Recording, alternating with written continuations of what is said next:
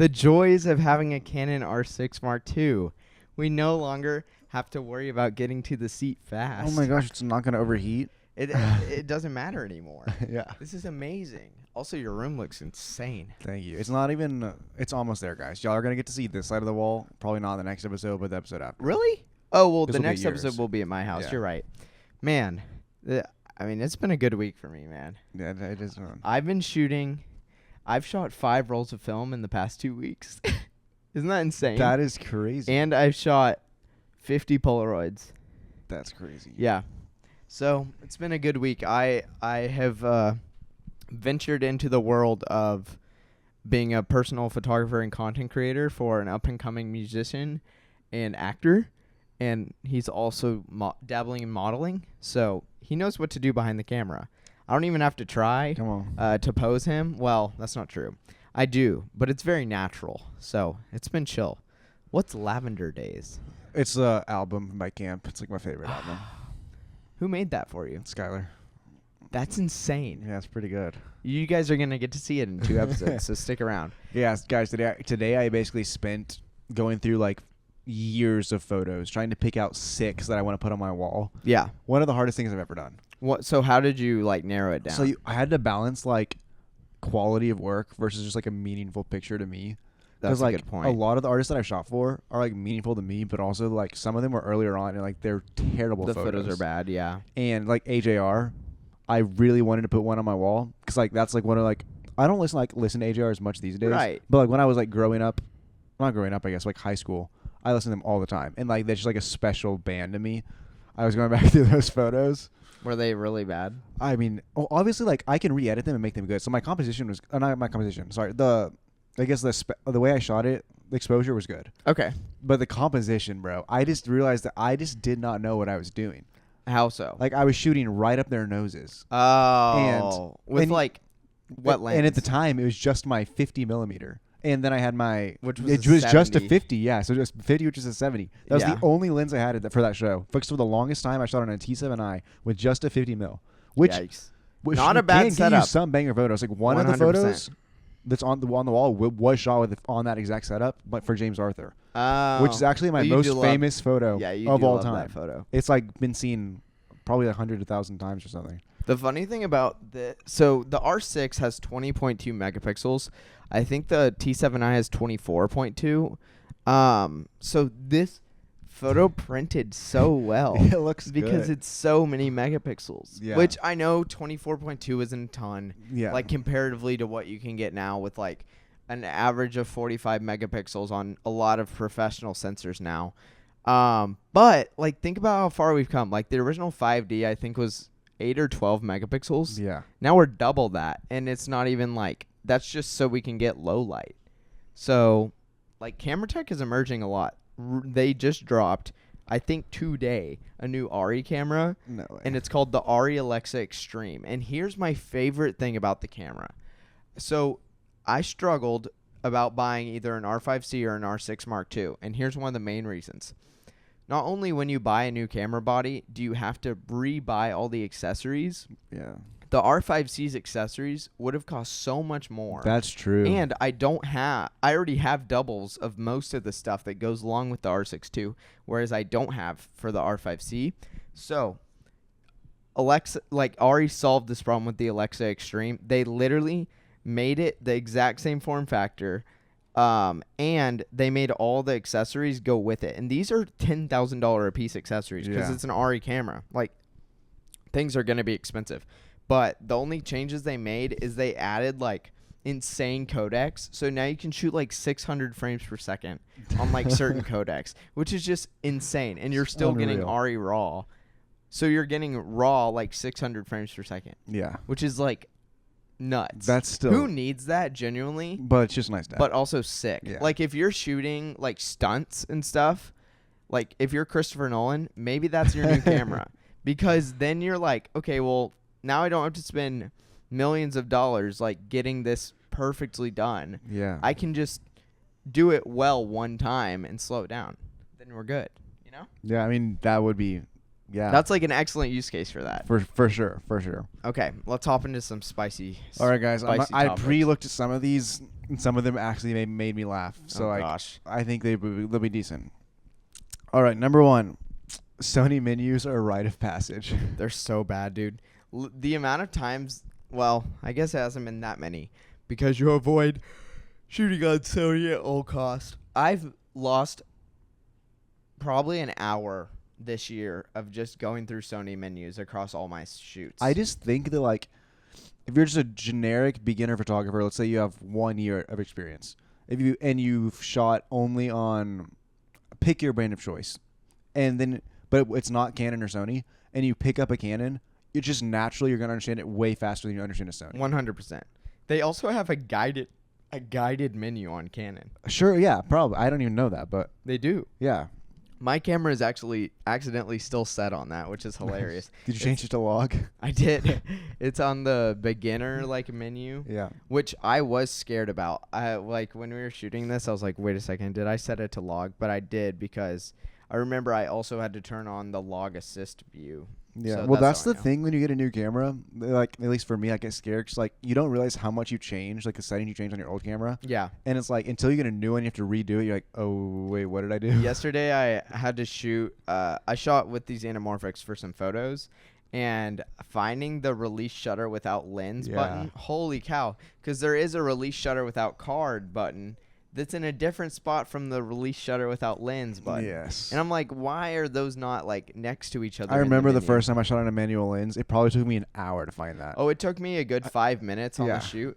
And I was just like, hey, bear with me. Like, give me 1 second. I was like on YouTube, like, wait, no, fast forward. I almost had to pull up YouTube. It was so close.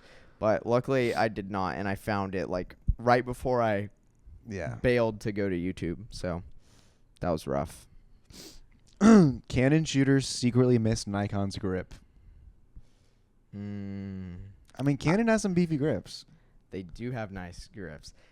That's fair. Very fair. I mean, it's better than a Sony grip. Yeah, anything's better than a Sony grip. I mean, that's like the bottom of the barrel. It's just like metal, bro. It's like that's it. Sony grips are the #1 way to get carpal tunnel, and I'll stand by that. Like, if you, gosh, I don't know how people hold those for so long. I guess like no one has to though, because they're all on gimbals. Yeah, and if you have sweaty hands, you're toast. You're dropping that thing. Every Sony person has sweaty hands because they're scared that someone's gonna find out they're not good at their job. Dude, yeah. Well, I saw a comment that I wasn't even gonna read, but it was like if you buy FX3. I don't remember, but it was basically roasting FX3. And guys, I think we've roasted FX3 people enough. Yeah. Oh, dude, people keep commenting on our page. What do you think about the FX3? They were like, oh, I literally saw a comment this week. It was like, just got FX3. It's my first mirrorless. Like, what do you guys think? But it's a great camera, by the way. I love to hate on it. I love hating on the demographic of people who buy Sony it. shooters are just really fun to make fun of. They are. It's enjoyable. Someone commented the other day, and they said, I just hate how, like, you just hate on everything. And I was like, dude, go back and watch the past 10 reels. Yeah. I guarantee you it's almost 50-50 on being edifying and hating. Well, the other thing is, like, we only make stuff into reels that's going to go viral. So if you watch, like, the whole podcast. Yeah. Well, that's the thing. But even he responded, he's like, back after watching 10 reels. He's like, I do agree that you do a good job of educating and doing this. He's like, but I think you're still too mean to FX3 shooters. And I was like, yeah, valid. Hate FX3s. Yeah, valid. FX3 shooters suck. That's so funny. Just kidding, guys. If anyone wants to gift me an FX3, I will gladly take it. And I would consider. No, I wouldn't. I would not take it. I would take it and sell it. That's true. Or I don't think I'd have any. I don't know. We always have the discussion of like, what would it take me to sell like all of my Canon stuff and switch? And like, dude, I'm so deep. I just can't do it. I would have to have a different job in order to do that. And it's like also to sell your gear, usually like you don't find someone that's going to buy all of it. You have to sell like find an individual buyer for like each piece of gear, and bro, that could take 5 months. Like. Yeah. I will say one comment that got me this week was a kid who commented on our YouTube channel, take a nap, bro. That got me. That was funny because I've been yawning so much recently because, I mean, I've been working hard. What can I say? And I haven't been sleeping much. And so someone commented on one of our YouTube reels and was like, dang, take a nap. And I was like, that's actually so valid because I'm exhausted right now. Yeah. This is the first time that I've ever, I think, been less excited to record than you have. Really? Yeah, because usually you're the one who's like dragging a little bit. Yeah. On like getting started at recording. This is the first time I'm like, Jay, I could really use some time on the couch tonight because Thursdays are like my weekend. My weekend starts on Thursday. Like I have Fridays off, and so whereas like Mondays are bad for y'all because you're like getting back into the grind. Yeah. Thursdays suck for me because I'm like, okay, I should be done with work, and then it's like, oh, nice, get to go record. Yeah. I told my mom, and she was like, "Are you serious?" And I was like, "Yes, mother. Like we can't miss a week." It's a grind. It's also like enjoyable, I will say. Yeah. Every time once I get on the podcast, it's fun. Yeah. What do you think? So I have people ask me all the time. They're like, "Core, I want to start a." I have some in my eye, and it's really bothering me. That's what they say. Yeah. No, they are always like, I want to start a podcast. Like, what gear should I buy? Like, and I always tell them, I'm like, you should not start a podcast. Like, straight up. Yeah. One, it's a grind. Yeah. It is so difficult to start a podcast and make it, like, good. Like, clearly, we're not. It's a. I just leaked all of. Oh, gosh. It's a process. Yeah, but most people don't make it past 7 episodes, which I gotta say, honestly, shocked that we made it past 7 episodes because I really wasn't sure for a second. And I think is this 41? Honestly, I don't know. I think this very well could be 41. So we're well on our way to 50. And I think 50 should be our mega episode that we do. Should be. Yeah. Are you okay? I every now and then like I have like a esophagus thing and it was kicking in, but I think I got it now. Like reflux? Yeah. Yeah, that'll get you. Dude, I used to have reflux when I was a baby. Car rides were awful. You're like lean back in the car seat and then just and you're like, "Oh gosh." But anyways, enough about that. Let's go back to the camera gear. Okay. Oh, no, but we're talking about starting a podcast, and yeah. so many people like. It's funny because I feel like the most common comment that we get across any reel is like, "Podcasts, bro. Like podcasts are overdone. Like podcasts should be more expensive and stuff like that." And it's like, dude, but at the end of the day, like most people like wish they had a podcast. Yeah, it's like the reason we started this was just to have fun, and like we like two creative camera nerds wanted to like actually. It wasn't even really tapped to do with photography at the beginning. Really? Go back and watch the first like 4 episodes. Oh, it's just you're about so us. right. Well, oh yeah, you're right. But that's the thing. Well, because we didn't know what niche we were gonna go down. I mean, we kind of probably suspected it was gonna be that. Right. But it's like at the end of the day, like, and I just think I would still recommend that to people is like start the podcast about you and whoever your co-host is gonna be, and then like just like vibe it out and see where it goes. Because we immediately got like whooped in the hand whenever we swerved from our niche, and which is awesome. Like that's great because that means things are. But it's like, your niche, it'll come to you. Maybe like might even surprise you. Like I mean, if you would have told me that Sony would be our main demographic at first, I would have been like, that's funny. Yeah, I would have been like, stop. It's gonna be Canon, obviously, just like Peter McKinnon. Like, duh. Yeah. And then like now Sony follows us, and we're just like, oh. Well, the thing is, I think there's not a lot of Canon shooters these days. Dang. I don't think there's that many. I do think the majority of people that are starting are now starting on Sony. Oh, which is so fair. An A6700, dude? Are you kidding me? No, that's me? valid. But like, when is Canon gonna like? When are they gonna counter? You know, like, dude, they haven't been able to. Yeah. Did you see that Sony dropped like a $5,000 point and shoot fixed lens camera? That's crazy. We gotta pull that up. It's probably like that Gucci. Genuinely, here I got it on my phone. That genuinely like made people angry, and I want to pull up and see like what it's all how much about. do you think? How much would you spend on a point and shoot? My current point and shoot that I shoot on is $800. Yeah. I would spend. I mean, clearly, I've been wrestling with the Fuji X100 VI. I have not bought it.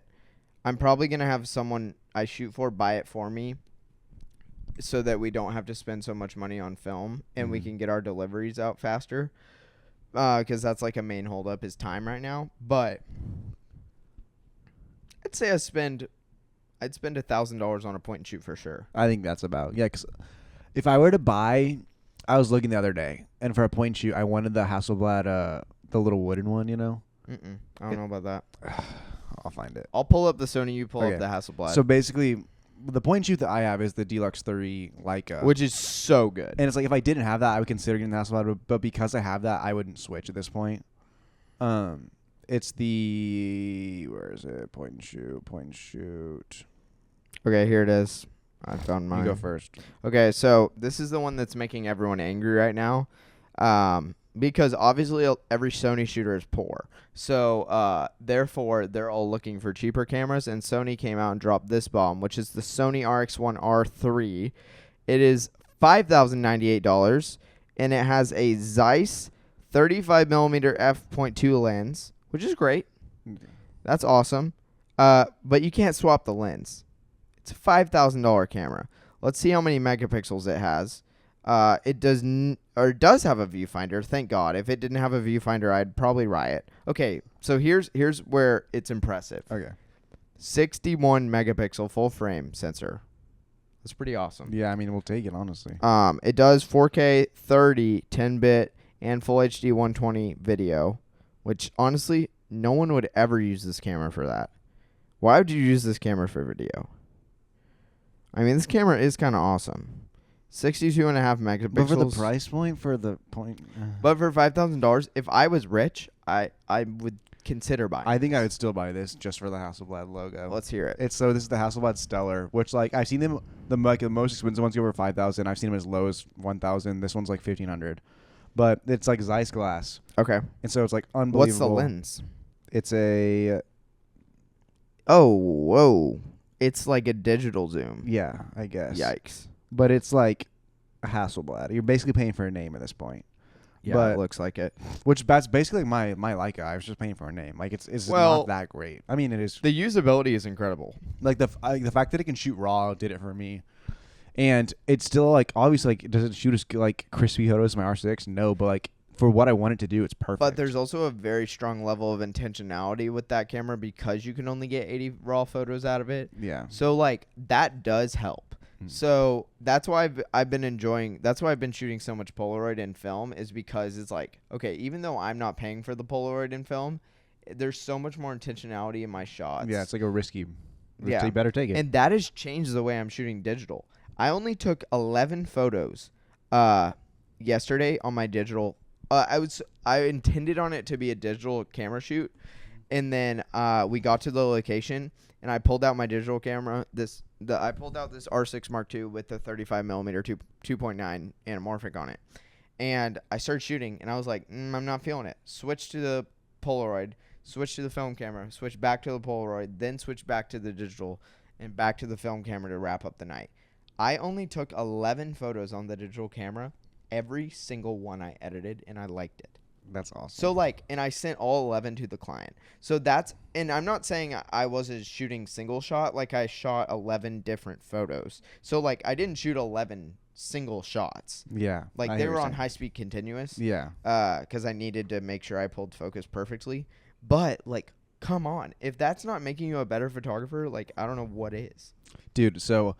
Well, I was just recently going through my granddad's house, and we were like going through like seeing if there was anything the way we wanted, and I found like this old Minolta camera bag. Right. It's like locked. Can't find the key anywhere, but it's obviously there's something inside of it. Yeah. And I was like, I want this. I don't care what's in it. Like this is like, all the grandkids are there. Like we're choosing like what we want. I was like, I don't even know what it is. I want it. Yeah. And we couldn't get in.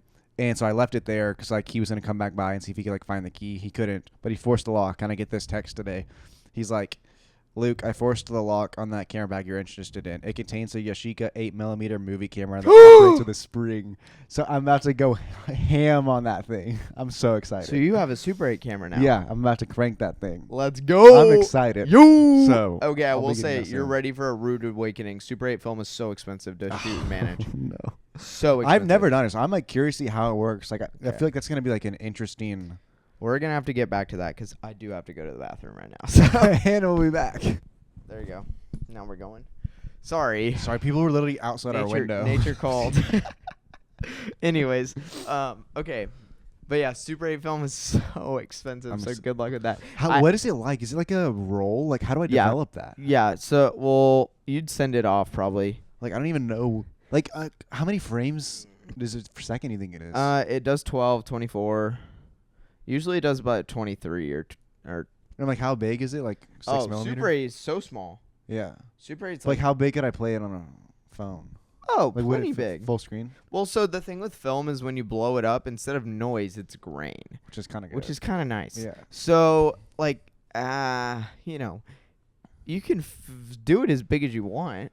Yeah. Here's what I'm trying to figure out. like, cause I want to use it, and the only thing next thing I have to use it is I have a wedding coming up on the 15th, but I'm only doing photo. So I'm like, do I want to hire someone to come and do behind the scenes for me and use that, or do I want to be the first one to use it? I think that's super risky. Or should I just like give it to my second and You like also- film a walkout for them and just give it to them in Super 8 just as a gift? I wouldn't do that. I just want to use it. It's very expensive. Okay. It's very expensive. Like, what does you mean by expensive? Like, how much do you think? So I was And looking. put like a time frame on it. Like Yeah. 1 minute of footage Yeah, is like yeah. how much? So I think 8 minutes of footage after I looked was about $100, Okay. which is really expensive. Yeah. So, Oh my gosh. because I was gonna buy for a shoot I'm doing for a dance studio, I was gonna buy the new Kodak automatic Super 8 camera, so it literally does every setting for you, Yeah. and you just point and shoot, which is awesome. But the film was way too expensive, and like I wanted to do a lot of stuff with it, and I was just like, you know what, I'd rather have this money. So, because basically that would come out of my paycheck, Yeah. which is fine, like worth it. But was it? So I decided against it. Anyways, All right. If you're still shooting micro four thirds in 2025, you're just stubborn. no, I get the no, sentiment. no, that's just not true. If you're using micro four thirds in 2025, you're probably either, well, there's two options. Broke? You're either broke as a joke, or you're doing something really sick. Yeah. You're doing something super creative, super out there. The important thing is that you guys who are super broke don't think that you're doing something super cool, because No, you're but probably my not. thing is like, If I've you're- never met a micro four thirds person who can just be okay doing like micro four thirds. They have to like tell you why it's better. Yeah, that's true. I will say, if you're using micro four thirds for like a regular use case, don't. But if you're using it to like cram a camera in somewhere, or to like hide your camera, make it fancy, like rig it out in a crazy way, that's when it's awesome. Now, micro four thirds, if you're using it to like do family photos and do, bro, just buy a Canon RP. Like, come on. Come on, guys. It's not that hard. I think they're only $600 They're, or less. I think they're cheaper Like, than that. They're now. like 400. Yeah. If you want to get it used, 200. I'm just kidding. Well, used is 400. Okay, gotcha. Yeah. All right. If you hate shot lists, you're just unprepared. I hate shot lists. I had to write one this week, and I hate doing it. Really? I never use shot lists because Wait, what are I- we talking about? For photography or videography? both. I never use shot lists because I shoot every single event the same. I work extremely hard. Okay, events, that's valid. But if you're like shooting a film, you have to have a shot Oh, list. duh. That's Yeah. completely different, Okay. though. That's completely different. No, like, I work a lot with events. So, like, why on earth are you sending me a shot list for the event? Like, you don't think I'm just going to be at the event and shoot the whole time? I and do not think I'm okay if there's something like really specific you want to make sure I get, but it's like, bro, if you're like telling me like make sure you get the speaker from this angle and this angle, Yeah. like, bro, Well, that's my job. I'm Well, gonna that's get what it. most shot lists are. Yeah, Is okay. like, okay, crowd shots, Yeah. dinner shots. And whether you're a videographer out there, just like, oh, Yeah, it's like, duh. I would never So, thought of that. The only reason that you would need that is if you don't want to work hard and you need to know the bare minimum. Yeah. But, like, if you work hard, you don't need a shot list because you're shooting the whole time. Yeah, I get that. I get that. I will say I do Dude. I do ask for a shot list from the people for weddings for the group photos. That's the only time I'll ask for a shot Can we list. just take a second and acknowledge how much easier wedding photography is than wedding videography? It's so much easier. It's like, I saw like a reel about it the other day. Did you see the same reel I saw where the photographer walked down the aisle in front of the videographer? I saw that one too. That one was brutal. But I saw a reel and it was like a wedding videographer and a wedding photographer. They have a business together, so they're like doing like a podcast format, and they were like, it was like ad libbing, like joking and stuff. Right. And it was just like, yeah, you got to see it. But like, basically, he was like, oh, well, that's why I get paid more than you. Oh yeah, well, that's why I get so much time off at weddings. And it's like, I was like, that's so true. For like, the wedding videographer doesn't really get a chance to like sit down and like eat necessarily. Like they does, but like the photographer, I can take like basically all of dinner off. Like, Right. okay, As you should. yeah. But it's like the wedding videographer is like, I feel like is scarfing down their food so fast, whereas like the photographer is like kind of can chill, relax, get to it. Oh yeah, like toasts are gonna be in like 30 minutes. I'll stand up, grab however many photos of toasts I need. So I'm kind of the opposite way. Like, the only time that I'm not grinding is during dinner, because most people ask me to not do like a lot of shots of dinner because it's just weird. Yeah, just you don't need it. So, but then like all the other times, like if I'm sitting down, something's severely wrong. Like I'm having a medical emergency because I literally like am looking for shots and like I'll redo the same shot, redo the same shot, redo the All same right, shot. this is a hot take. I just thought of on my own. Can we just acknowledge, like, during weddings, like, if you have a 2-hour dance, well, maybe it's an hour and a half is probably the longest. Yeah. But, like, as a photographer, I get all the shots I need within 30 minutes. Okay, this is true. And then I'm just, like, pretending to shoot. I wouldn't say I necessarily pretend to shoot, but definitely towards the end of the dance, I kind of, like, consolidate my gear, like, get ready for the exit. Like, you're just like the same shots over and like, dude, I have enough. It's gonna be fine. So here is the dangerous thing. All you beginner wedding photographers out there, and I'm preaching to the choir because we are also kind of beginner wedding photographers. So do not ever, no matter when you think you're done shooting, never, ever put your camera away when the dance floor is still going on. Is I can almost guarantee you got to keep your eyes on the dance floor. Because eventually someone will get airlifted into the air. It'll be the bride and groom. And you'll miss the moment. The bride and groom will text you, be like, hey, did you get a photo of us getting crowd surfing? No. I literally watched two wedding photographers having a conversation off to the side while the last song of the entire night, the bride and groom were being hoisted into the air on chairs. And they missed the entire thing because they were just chatting over in the corner. Yeah, that's not okay. acceptable. Why did we pay you $5,000 to be here? Yeah, That's so messed up. I agree with that. That's my PSA to the world. Yeah, but yeah, in general though, dances like you'd basically knock it out, and I literally just hit my test flash button and pretend like I'm taking pictures. Okay, that's stupid. No, because then I never would pack up my camera. Well, so that's the part where you get the anamorphic lens out and just start fun, shooting yeah. for yourself. Yeah, that's Because valid. like that's what I'll do. I have never had an anamorphic lens at a wedding yet. You should bring it to the next one. Because what I'll do is once I get everything I need on the dance floor, then it's me time.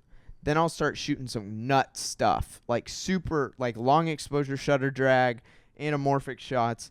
Like once I'm confident I have everything I need, cool. Those are still PSA? getting delivered to the client, but like, yeah.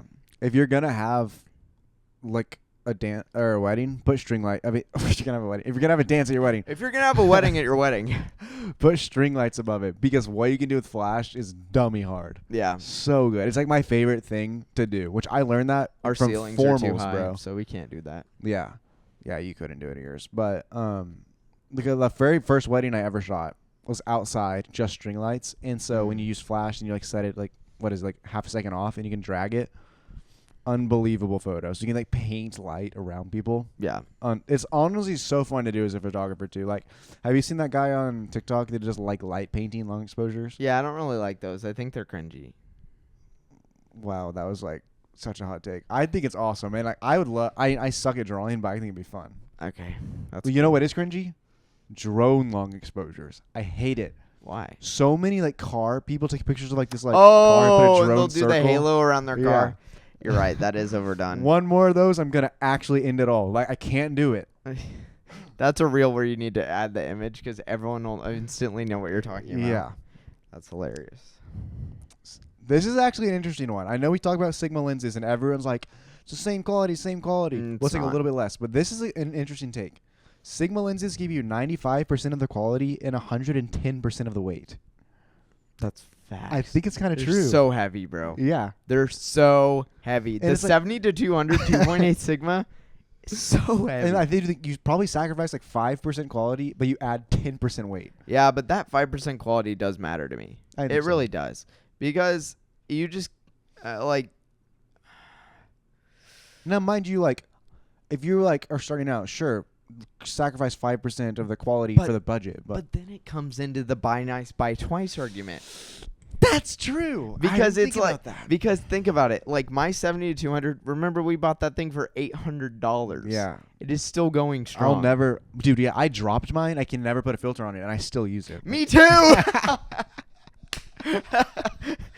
That's so it's funny. toast, bro. Yeah. And it wasn't even technically my fault. That one, my bag split open. Someone dropped mine. Yeah. I'd be so mad. I'd make someone buy me a new one if they did that. Yeah, I had them pay for it. So. But yeah, it's so funny because literally one of our friends had just told us about how one of his bags had split open, and I was like, bro, how did your bag split open? Yeah, I was like, you Literally idiot. And then days later, mine did, and I was like, that's why I always so I have the Peter McKinnon travel bag, the like big one. So I always take both of the like the zippers, yeah. and I pull them both all the way down to one side, all the way to the bottom. There's no way of it splitting open. The way it splits open is if it starts like at the top, yeah, slowly ripping open. that is how it happens. But yeah, you got to push them all the way to the bottom. Even better if you have like the locking cables, then you're not going anywhere. Yeah. Alrighty. Hit us with a banger. Ooh. Telling a client to just act natural is horrible photography etiquette. Yeah. That's super messed up, especially if you're shooting like senior photos for teenage boys. Dude, they're trying their best. Guys, it's not the client's job to know what to do. That's so facts. It's your job. That's why I've had such a privilege of working with the guy that I'm working with right now, and he will have to come on the podcast eventually once his TV show comes out. And he is so natural in front of the camera because, I mean, one, we just banter. We talk so much. He's supposed to be on vocal rest right now, and we literally were talking the entire shoot, and I felt so bad because as much as I wanted the shoot to go well, and so therefore I had to talk, it is very important that we get him back to a singable voice, and so he needs to be on vocal rest. And I was just fully like ruining that during the photo shoot. Yapping. Yeah, we were literally talking for 4 hours, and I'm like, okay, Just a 4-hour shoot. Yeah, both. I did a 3-hour shoot with him, and then a 4-hour shoot with him, and then I have another one coming up on Wednesday. Are you charging him hourly or just So contracting him I for your haven't time? figured out how I'm gonna bill them yet. I'm praying about it. Like I'm trying to figure out. This is important. This is a part of the behind the scenes of like being a videographer and photographer that you don't really realize is an issue. But like there's a huge ethical dilemma about charging people when you work for them for a super long time. So I even texted the guy who's paying, and I was like, hey, like I think I want to sit down with you and talk about how we want to like list this out, because I was looking at like all the different ways I could charge it, and I was like, I want to find the one that is the most right, but how am I going to know which one is the most right in this moment? Because there's this game you can play of like, oh, well, they're going to be a long-term client, so I'm going to charge them less.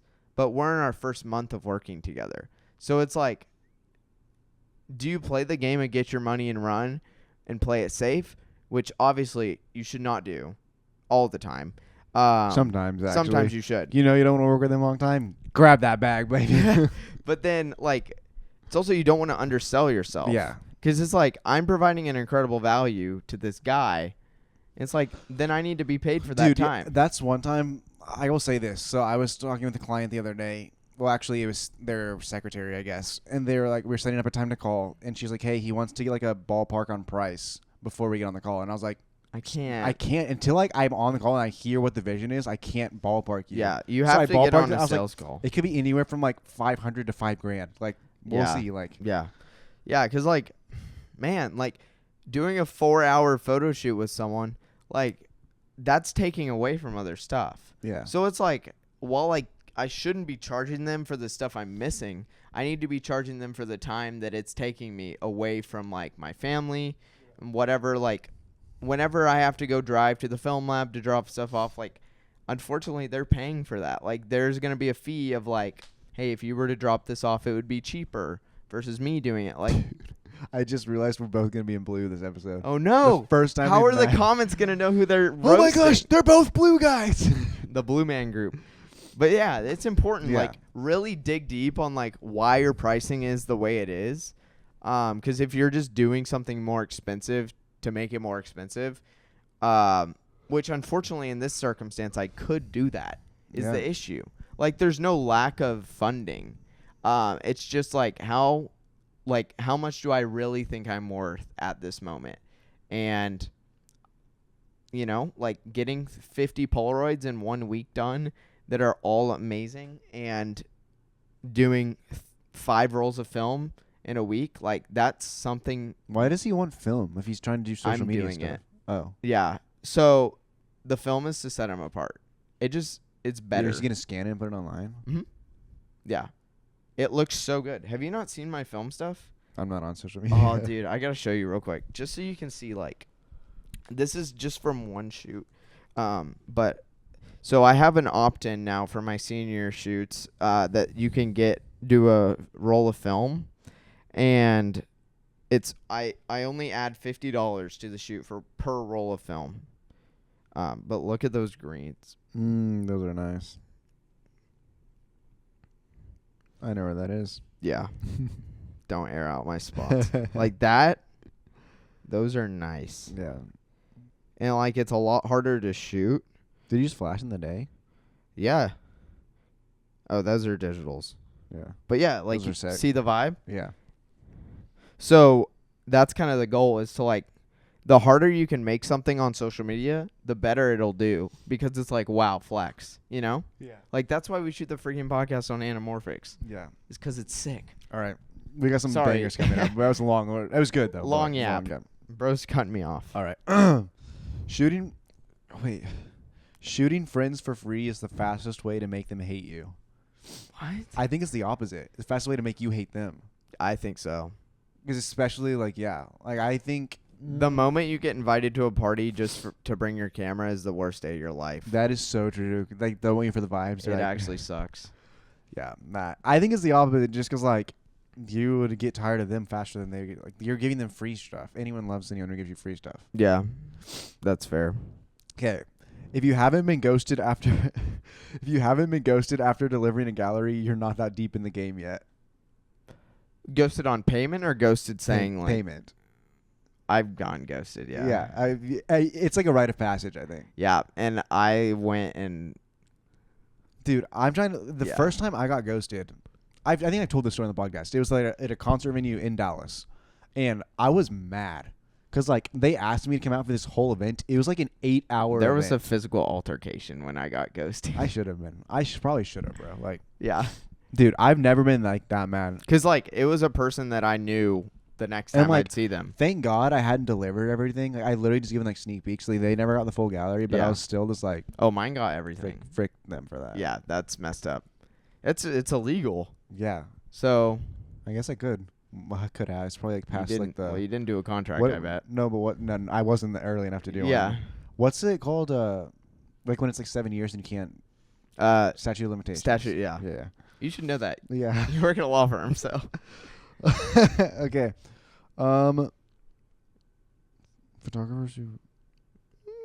Photographers who brag about not editing their work are like chefs bragging about not seasoning their food. That's so facts.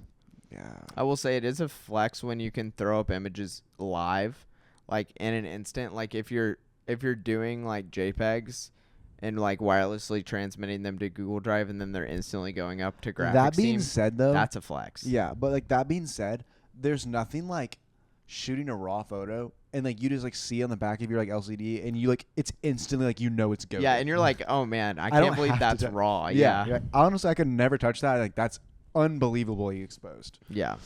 That's going to be nice. See, when you asked me about if we were shooting in log earlier, I low-key was like, because I was like, what if we're Goodness me. not? Could you imagine?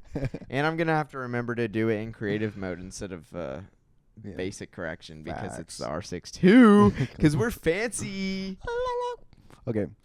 The couple isn't awkward on camera. You just didn't earn their trust. That's so true. It's a really good point. You have to, your clients have to trust you. That's the important thing about initial calls and initial consultations is like you want the shoot should be kind of the last goodbye to your relationship.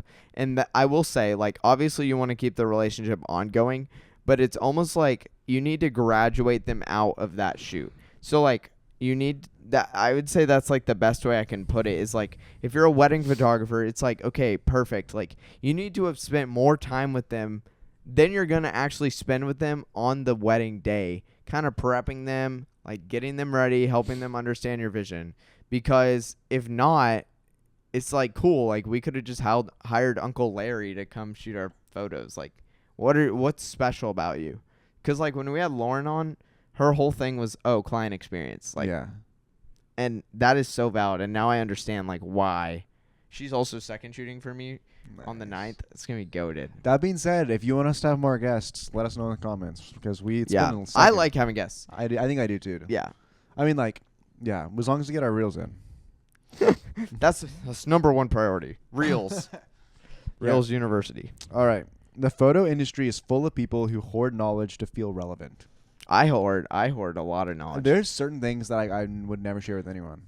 Like locations, I love gatekeeping locations. I mean, like, there's like gatekeeping. Some things is like some things is just your brand and like it's not your job. I mean, if you're gonna broadcast yourself as an educator, then I feel like there's nothing should be off the table for you. Yeah, like that we toe that line of like everything I do, I kind of put out there because I know like people are generally too lazy to copy it. Yeah. So that's kind of why I put everything out there. But then like certain stuff like my LUTs and like presets and stuff that I use, I don't really like sharing that stuff because then it's like, okay, well, I feel like if we ever got into a place where like this podcast was big enough, we would probably like sit down together and like make a LUT together or something. that we would sell. But it wouldn't be like our individual work. It would just be a banger LUT. We would make just the podcast official LUT that we use, which would be so that sick. would be tough. Which honestly, people would just come to find out it's just a Rec 709 conversion. Nice. It would not even be a LUT. It's just like a conversion LUT, and they're like, "Oh, okay, thanks." If you're not using AI to cull your photos, you're behind now. No, That's the worst thing I've ever heard. That's not true. That's like awful.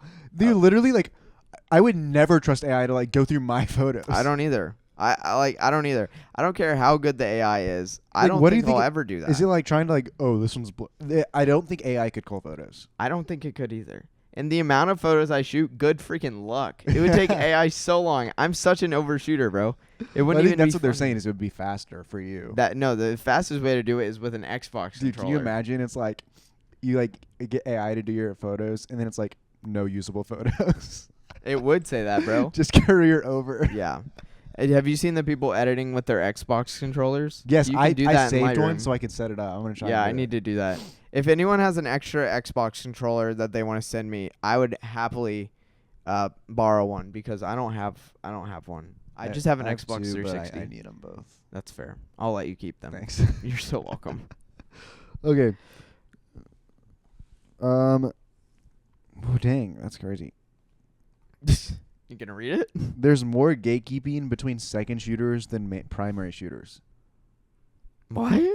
I don't know. Maybe. Like, who's your second? No, it's saying like between like second. If you're a second shooter, you're more likely to gatekeep information than a primary shooter. Which like I think so maybe because if you're a primary shooter, you're like already bringing a second into your crib. Yeah, and it's also just like, as a second, you're not really.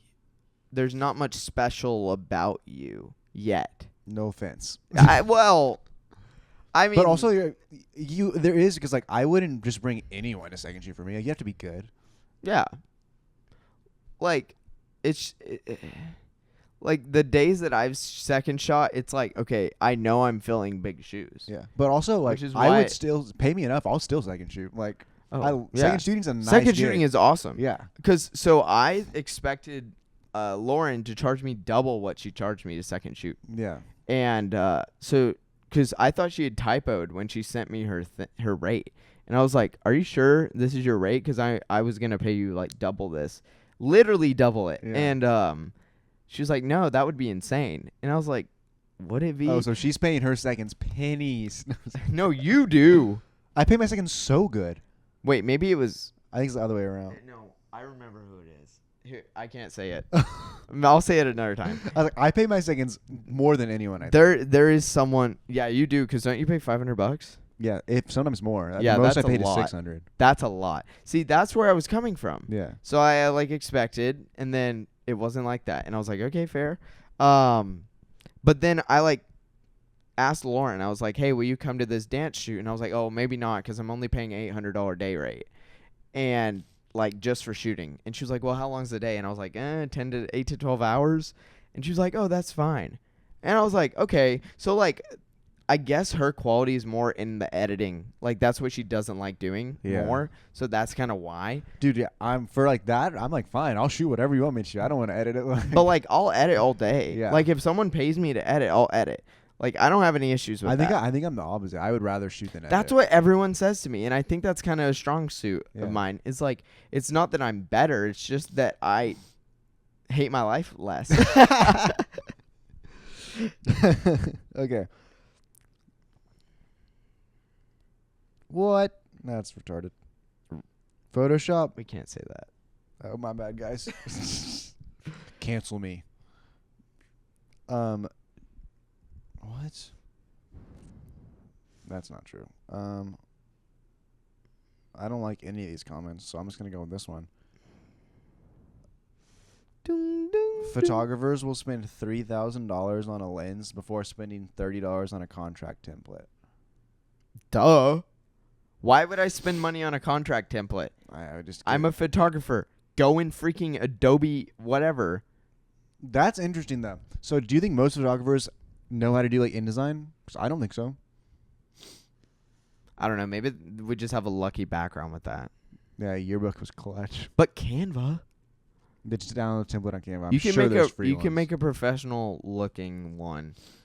One time I got one time I shot for a government contract kind of deal, and they were impressed by my invoice and they texted me about it, and that was the nicest compliment I've ever received. My resume, I will say, I custom made in InDesign, and it's beautiful. If I had to say so My myself. resume sucks because Yeah. I never look for jobs.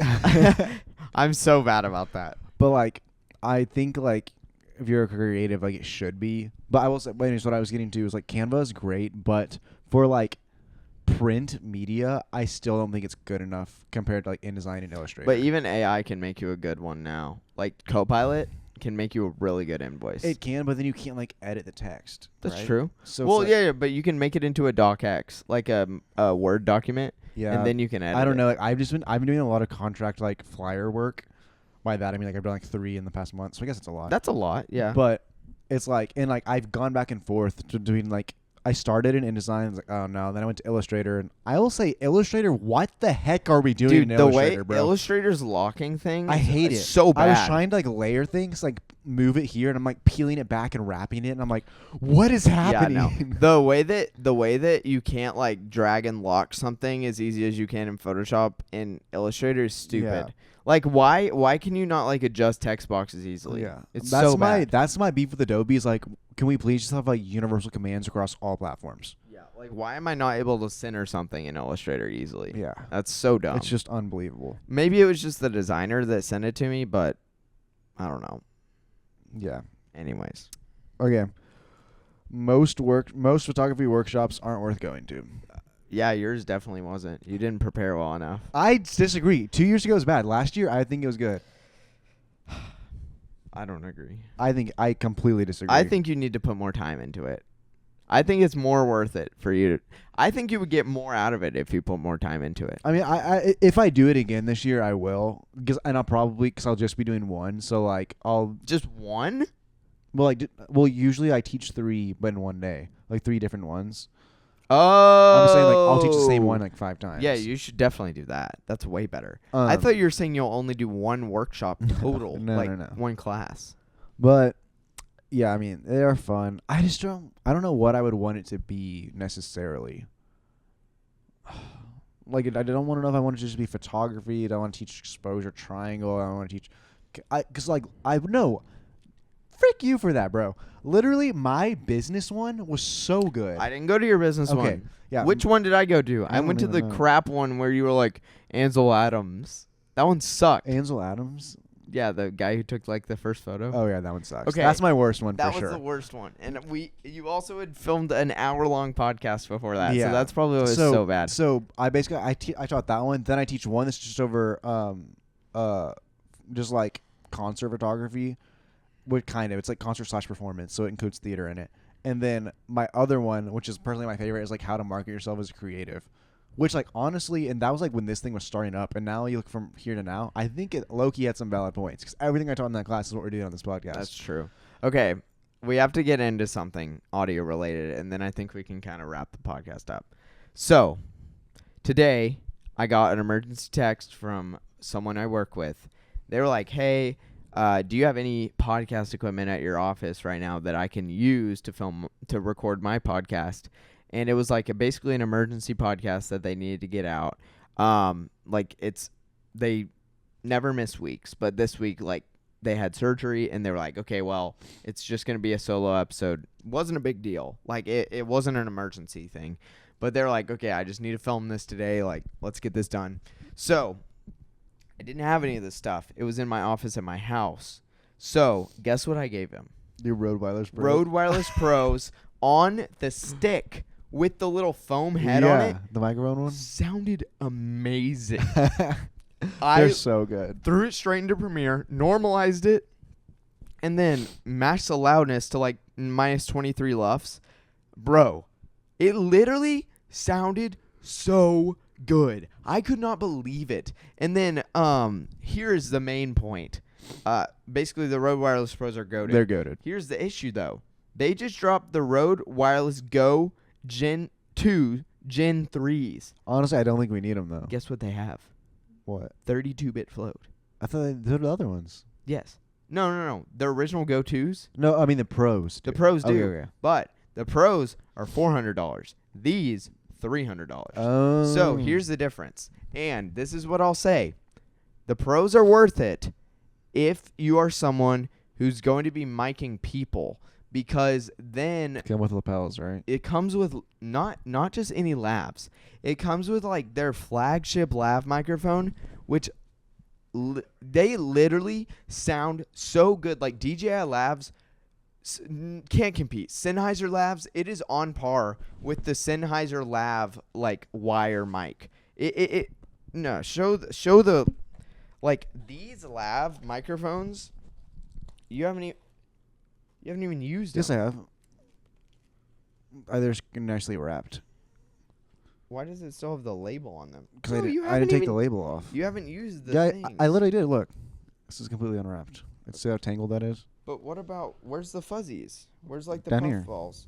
No. On the bottom. I just pack it all neatly back when I'm done. Okay, I do not do that because I use them literally 4 times a day. Bro, this lav mic, to die for.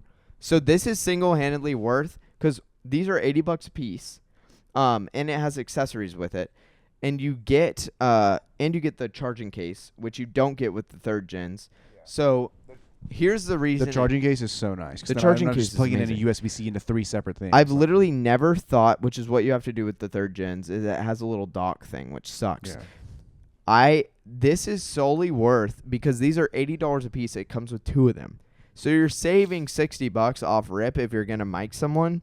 But then the charge case is insane. And it doesn't come in that flimsy little pouch. And it comes with all these special accessories. So the 3rd gens, I don't know who the audience for the 3rd gens are, unless you're doing the stick method. Where you get like the Rode mic attachment where it does that. Because that thing is awesome. Also, I had to teach someone how to wrap cable the other day, and it hurt my soul. I don't have to wrap these, do I? I mean, they're made of Kevlar, so no, not really. They're not going to break. It literally, that's what this warning is, strangulation hazard, because it's made of Kevlar, so it'll kill you before you break it. But I literally watched him wrap a guitar cable around his hand like this. Around his hand. I would die. Not around his arm.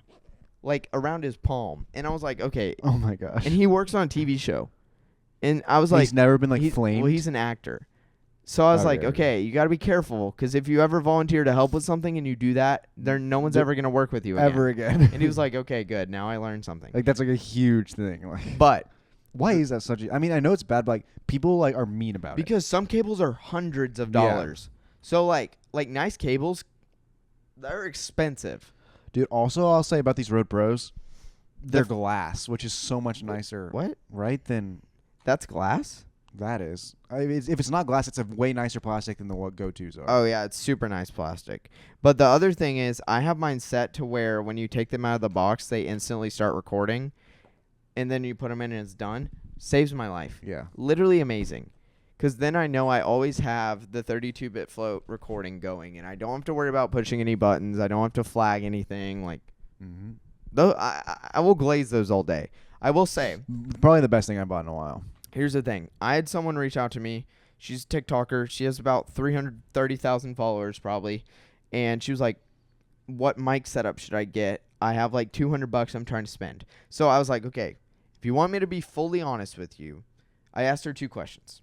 I said, do you care if you only have 1 mic or do you need 2? She said, probably 2. And I said, okay, so that means you really just need 1 mic. And then the other question was, do you care more about sound quality or ease of use? These cover both, Yeah. but you're paying $400. For $200, here's my recommendation.